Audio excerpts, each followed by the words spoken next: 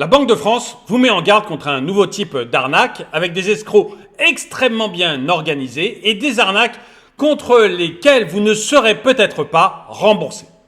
Bonjour et bienvenue dans cette vidéo de DME en direct. Comme toujours, si vous n'êtes pas abonné, je vous suggère de le faire et de cliquer sur la cloche pour être prévenu lorsque je sors une nouvelle vidéo. On a donc le patron de la Banque de France qui vient de nous mettre en garde contre un nouveau type d'arnaque, une arnaque vraiment très bien organisée, une arnaque presque indécelable et une arnaque que votre banque risque de ne pas vous rembourser. On va regarder ensemble. Votre banque vous appelle. Au bout de fil, un conseiller vous indique que des paiements suspects sont effectués depuis vos comptes bancaires. Vite, il vous faut coopérer pour mettre fin à cette fraude en validant des opérations pour empêcher des escrocs de vous dérober plusieurs centaines d'euros. Il se pourrait que celui qui se fait passer pour votre conseiller soit lui-même un fraudeur. C'est ce qu'on appelle le spoofing, une arnaque par usurpation d'identité. Alors, certains d'entre vous vont me dire « Oui, non, mais on a déjà entendu parler de ça. » Attendez. Vous allez voir que ce n'est pas du tout des petits rigolos qui font ça et que les gars, ils ont toutes les infos qu'il faut pour vous y croyez complètement. Vous allez voir, ce n'est pas du tout une petite arnaque comme vous pourriez vous y attendre. C'est extrêmement bien monté. Nous observons une recrudescence de ces techniques de manipulation, a alerté François Villeroy de Galhau, gouverneur de la Banque de France, le 11 juillet, à l'occasion de la publication du rapport annuel de l'Observatoire de la sécurité des moyens de paiement. Une technique bien rodée. Si l'usurpation d'identité figure depuis longtemps dans l'arsenal des escrocs, cette technique de spoofing pousse le détail encore plus loin. C'est là que je vous disais, vous allez me dire, oui, non, mais je connais, j'en ai entendu parler. Attendez, non. Ce que vous connaissez, c'est des petits rigolos qui vous appelaient au téléphone ou qui vous envoyaient des SMS et qui essayaient de vous embobiner. Et ça, maintenant, on a appris tous à se méfier de ça. Mais là, ça va beaucoup plus loin.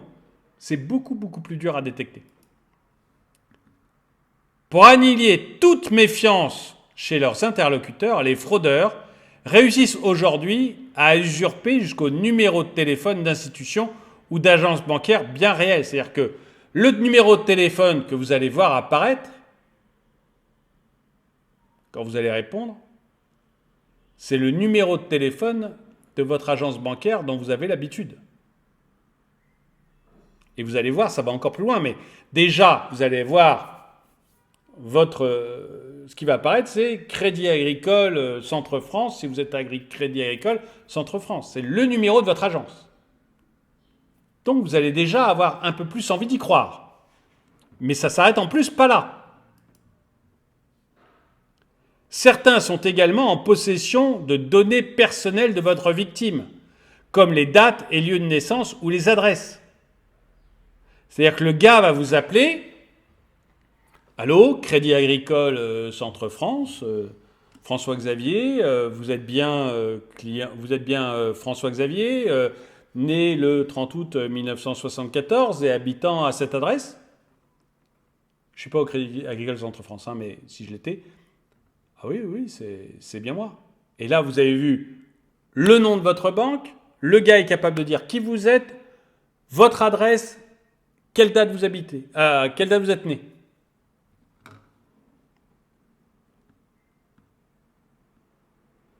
Et pas mal d'autres détails personnels, parce que vous allez voir comment ils arrivent à les récupérer, mais ils ont pas mal de détails personnels sur vous. Il y a tout ce qu'il faut pour que vous y croyiez. Il y a tout ce qu'il faut pour que vous y croyiez. Et vous allez voir qu'en plus, votre banque derrière ne vous remboursera pas. Le 30 mai 2023, le youtubeur Micole dévoilait dans une vidéo les dessous de ces arnaques par usurpation. Comme dans une ruche ou une économie parallèle, il y a une multitude d'acteurs indépendants qui ont chacun leur spécialité à monnayer. Détaillait le vidéaste qui a passé plusieurs mois à infiltrer les réseaux d'arnaque par usurpation d'identité.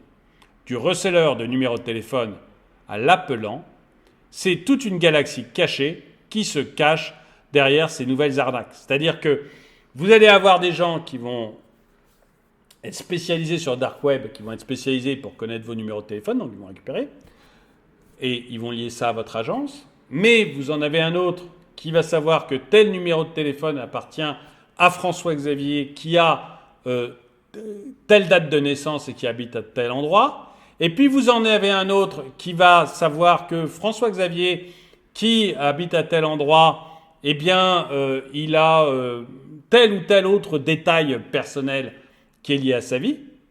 Et puis derrière, vous avez l'arnaqueur qui, lui, va faire le joint. C'est-à-dire, hop, je veux ce numéro de téléphone, ok, c'est telle agence bancaire, ok, et puis il va récupérer chez un autre arnaqueur, ok, c'est ça son adresse, ok, c'est ça sa date de naissance, ok, tel autre détail personnel, ok, tel autre détail personnel, ce qui fait qu'en fait, il va tout avoir sur un plateau, et vous aurez vraiment l'impression que c'est votre agence bancaire. Parce que le gars aura tellement de détails sur vous, que vous ne penserez pas une seconde que c'est un arnaqueur. Et c'est pour ça que vous allez être tenté de suivre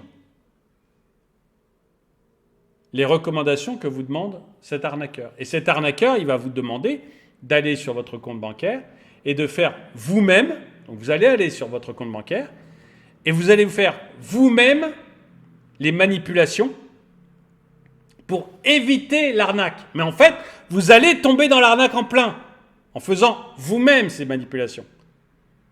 Seulement voilà, les manipulations, vous les aurez fait vous-même. Et c'est pour ça que vous ne serez pas remboursé. Par cette méthode de manipulation, le fraudeur réussit le tour de force, faire valider par la victime elle-même les ordres de virement. Vous allez faire vous-même les erreurs. Puisque les fraudeurs ne peuvent plus passer la sécurité, ils manipulent leur victime pour la contourner. Comme eux, ils ne peuvent plus intervenir directement sur vos comptes bancaires parce qu'il y a trop de sécurité maintenant, eh bien, ils vont faire en sorte que ce soit vous-même qui le faisiez. Observe Julien Lassalle, directeur adjoint des études et surveillance des paiements de la Banque de France. Ce contournement pose la question du remboursement des arnaques. Jusqu'alors, les banques considéraient que si l'ordre avait été donné par le client, par vous, même manipulé par un escroc, aucun remboursement n'était envisageable. Ben oui, parce que là, je veux dire, la banque, elle, je reprends l'exemple du Crédit Agricole Centre-France, je ne suis pas au Crédit Agricole Centre-France, c'est vraiment un exemple, mais l'argent, il est parti de cette banque et il est peut-être allé dans une banque à Vilnius et une banque qui n'a rien à voir avec le Crédit Agricole. Et le Crédit Agricole, bah lui, il a plus cet argent. Pourquoi il vous rembourserait ? C'est pas un défaut de sécurité de sa part. Lui, il n'a pas eu de défaut de sécurité. C'est vous qui avez fait la demande d'envoyer l'argent à Vilnius. Sans le savoir, vous avez été manipulé, mais peu importe. C'est vous qui avez demandé à envoyer l'argent à Vilnius. Crédit Agricole, il dit, bah, cet argent, moi, je ne le reverrai jamais. J'arriverai jamais à le récupérer, et c'est pas de ma faute. Donc du coup, pourquoi je le rembourserai ?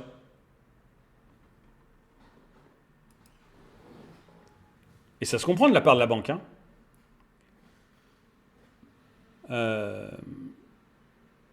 Dans son rapport, l'Observatoire de la sécurité des moyens de paiement appelle les banques à analyser un ensemble plus large de critères pour statuer.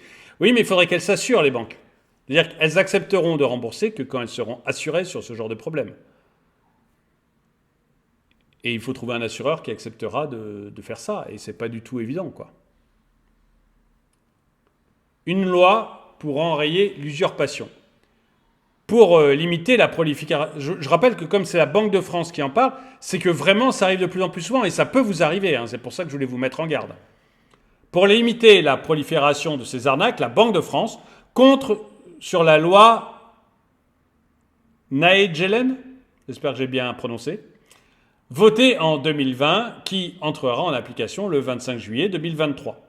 Cette législation qui vise à encadrer le démarchage téléphonique comporte également un pan pour lutter contre les appels frauduleux en poussant les acteurs des télécommunications à déployer une nouvelle infrastructure afin d'assurer un meilleur niveau de confiance dans les numéros présentés lors des appels. Et c'est vrai que là, il y a peut-être un problème vis-à-vis des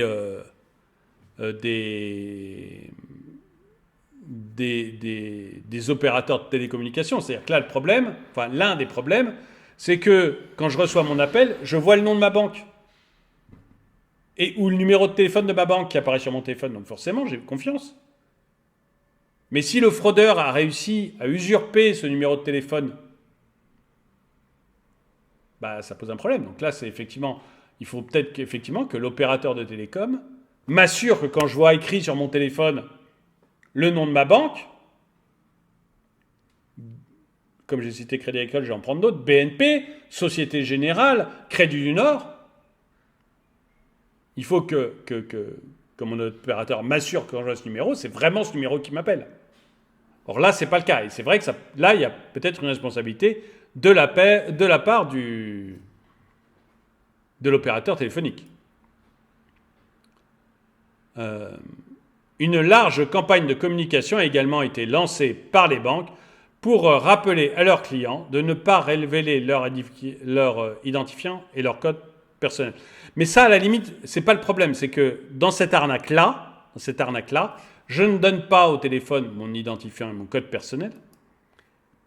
C'est moi-même, qui vais aller sur mes comptes et faire l'erreur. Voilà, donc je ne sais pas si vous avez été confronté à cette arnaque, dites-le moi dans les commentaires. En tout cas, diffusez ça à vos proches pour qu'eux ne se fassent pas arnaquer. Et, écoutez, merci d'avoir regardé cette vidéo. Commentez-la, mettez-lui un pouce vers le haut, partagez-la. Et je vous dis à très bientôt.